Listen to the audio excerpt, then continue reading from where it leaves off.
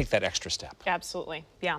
Well, cleanup crews today dismantled the controversial homeless camp next to Laurelhurst Park with Portland police on hand to deal with a crowd of protesters. It was quite the scene there today. Fox 12's Simon Gutierrez is live in Southeast Portland with more on some of the tense moments earlier in the day. And Simon, this park, this homeless camp, this has been in the news for months. What's happening?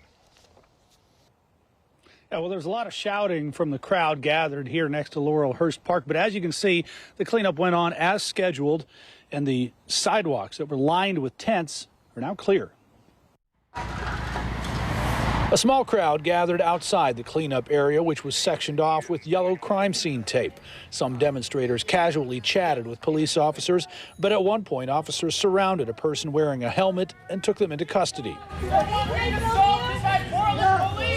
The camp at Laurelhurst Park, which was posted for removal earlier this week, had grown to more than 24 tents.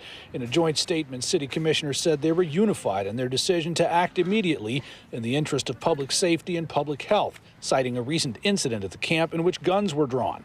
Campers we spoke with on Monday said they didn't know where to go. I just wish that the city would kind of come up with like a collective solution for everything, you know, like maybe a place for these people to go, or a place for people who, you know, want to take a step in the right direction but don't really have means to do so. A spokesperson for the Laurelhurst Neighborhood Association said homeowners here reported unsafe conditions and safety concerns to the city for months. On Thursday, cleanup crews bagged up loads of debris and discarded syringes. Campers who were displaced were offered rides to cooling centers and taxi vouchers for rides elsewhere, although some vowed to return to the park.